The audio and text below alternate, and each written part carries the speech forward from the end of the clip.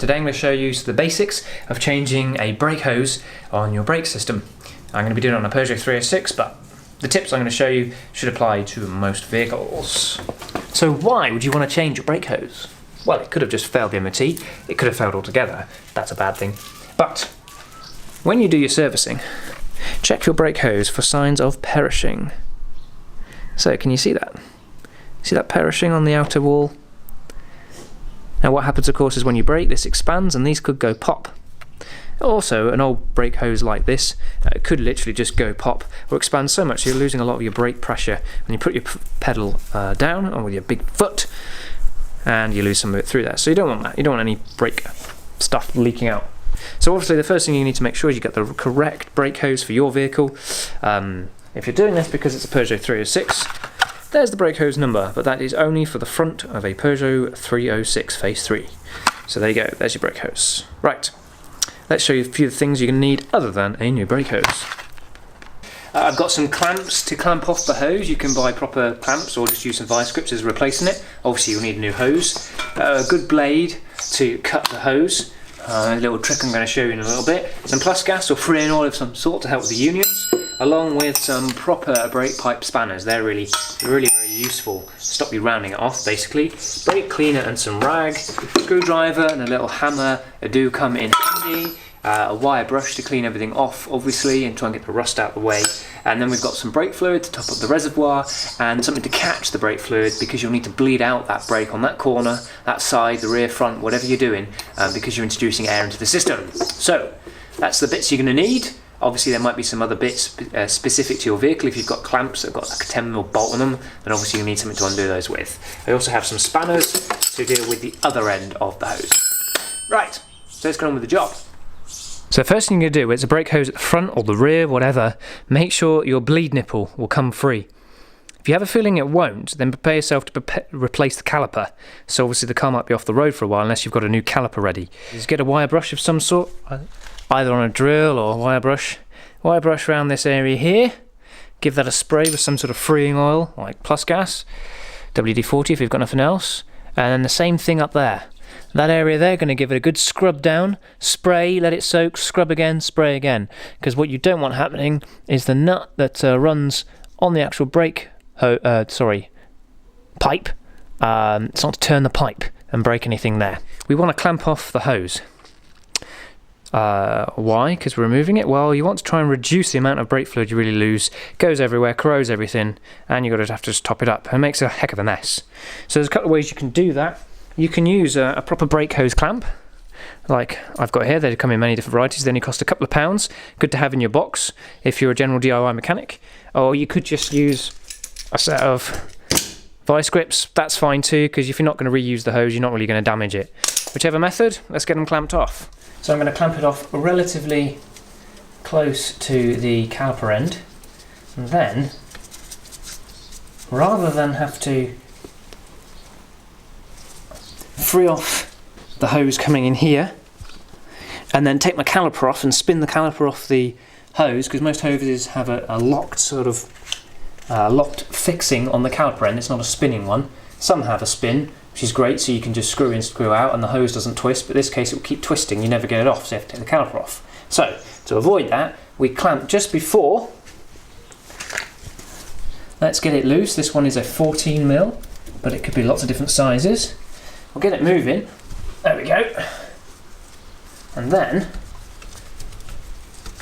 we get a blade, knife, cutters, whatever you want to use, and we're going to cut through the brake hose. No going back now. No going back. Okay, so we cut through the brake hose, which seems dramatic, but nothing's going to leak out here, and nothing's going to leak out here. Now it's really easy to take off the remnants of our brake hose. Now I'm just going to leave that in finger tight, so there's not too much muck going inside my caliper until I've got the new one ready. So then it's just a case of working our way back, removing any clamps that are holding on the brake hose. So I've got one here at the back. I've got one here, just here. It might be sometimes a bolt, sometimes it's just a case of getting a screwdriver in there. And left-handed while I'm holding a camera. and just levering it out like that. And then we can just lever the hose out of its little home. There we go. We're not going to completely take it off at this point. We just want to get it moving. Now, a good little tool to have is our brake pipe spanners. They go around and grip on more areas than just the one. They do have a tendency to round themselves off. This happens to be an 11. A lot of Peugeots or something around the 11 mark. If it doesn't feel like it's going to fit, just give it a wiggle, because it probably will. It's just all the corrosion. Hey, what you might find is if you don't wiggle it on nice, you go to turn it the first time, and it just rounds it off. We don't want that happening. Oh, she's tight.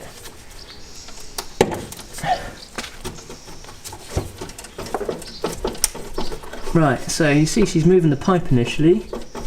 So just go backwards and forwards a few times. I'll give it another brush down. Get the muck out of there. See what we're doing. Maybe even give it a clean with some brake cleaner. Just to get the muck out. And I'll soak with some oil again.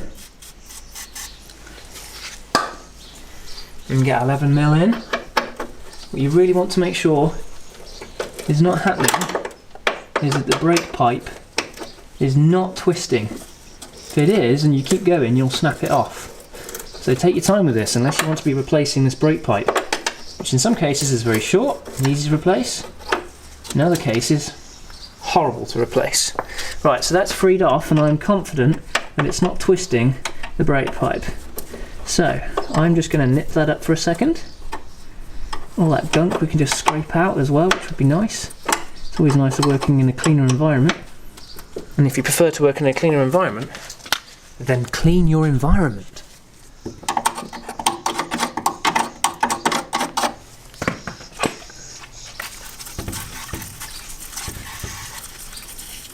This hose will orientate 360 degrees there, but not here. So we're going to take off what remains of our hose, which had already cracked off earlier and cut off. Get rid of that. And get our new hose, of which I always like to put just a dab on the threads on this hose.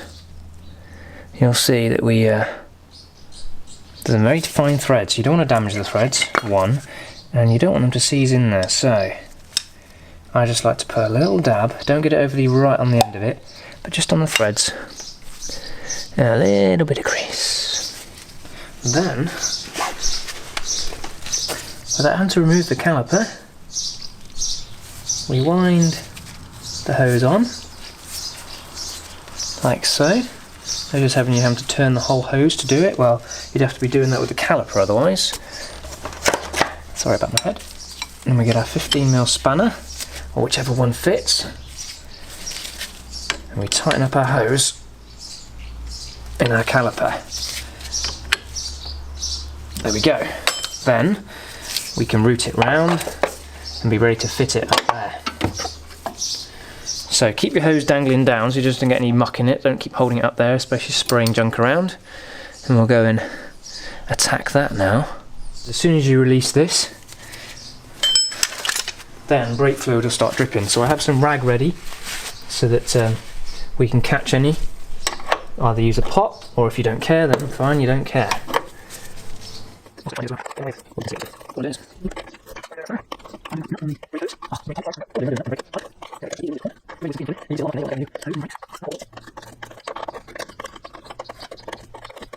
Now, once you've undone it to the point that the brake pipe is free of the hose, you may well find the hose is now stuck. So you give it a wiggle and pull at the same time. Some vehicles you might have to pull a little tab out. You do on the rear of a 306.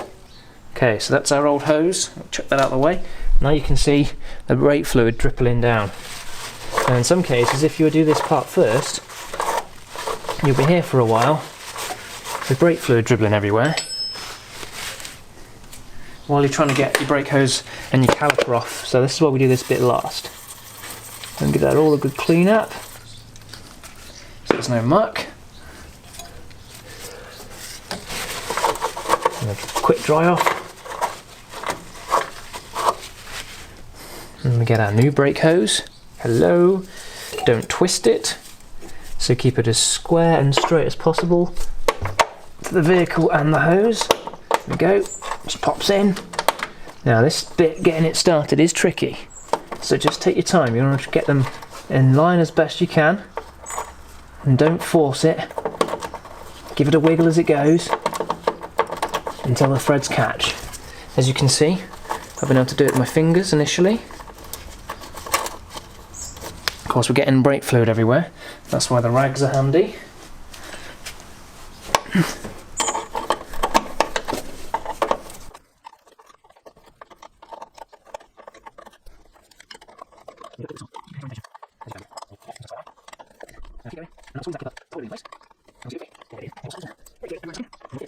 Obviously, hopefully, the idea being that it will stop leaking brake fluid everywhere in a second, and you'll feel it suddenly pinch.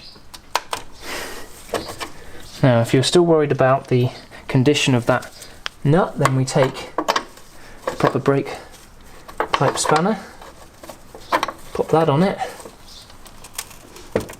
and give it a little tweak. Right, then with your brake cleaner, give it a thorough clean. You don't want any brake fluid where you don't want it, like so. There we go. Dry it all off. On this point, we're making sure that that union is good and there is no brake fluid leaking out anywhere we don't want it, which is nowhere. Okay. So just let that area dry off, come back to it in a second. In the meantime, the only final job to do is just refit any clips that might be in place. A bit of oil will help pop them in. Sometimes I need a little bit of encouragement. An appropriate sized hammer. The little tab, which always breaks, and to secure that in. Thanks for the hammer, Max. Okay, so we go back, we check our union at the top, we can check this union isn't leaking, and then we can bleed the brake pipe off, because obviously there's now air in this system. Okay, that looks nice and dry to me, so next is to bleed off. Pop the bonnet, check the reservoir level, maybe top it up a little bit, and then this, which could be an 8, a 10, 11, a 12, this happens to be an 11. You'd release that, and ideally with a clear tube into a bottle. I use an old brake fluid bottle with a one-way valve, because then I can do it on my own. You pump the brake fluid through until you see no air coming through. If you've got a friend, then great. You crack it off, get him to put the pedal down. He holds down, you shut the nipple, and then he lifts the pedal. And you do that a few times, and with a clear pipe you can see, hopefully pretty clear, when the bubbles stop coming through. I'd say 5 or 6 pumps for a little tube like this will do fine, but you know, that's for you to determine as you're seeing the air bubbles come through. So once you've done that, pump up the pedal. If you're struggling with the brake pressure on the pedal, start the engine, get the servo to pull a vacuum in, and then you can push harder and give it a little test drive. But everything should be okay once you've cleared all the air out the system and you've checked that once again that all these unions aren't leaking. Brake nipple doesn't need to be too tight, don't overdo it or you will snap it off. That's my final tech tip. So, thanks for watching until this point. If it's been useful, please go down below and click the subscribe button somewhere down there, and the like, which is a big thumbs up, not the thumbs down, the thumbs up, not the thumbs down, the thumbs up. And if you really like me, please, you know, well, you could donate. There's a little link up here somewhere. Thanks for watching Piggy Power. Hope this has been helpful. Oink oink.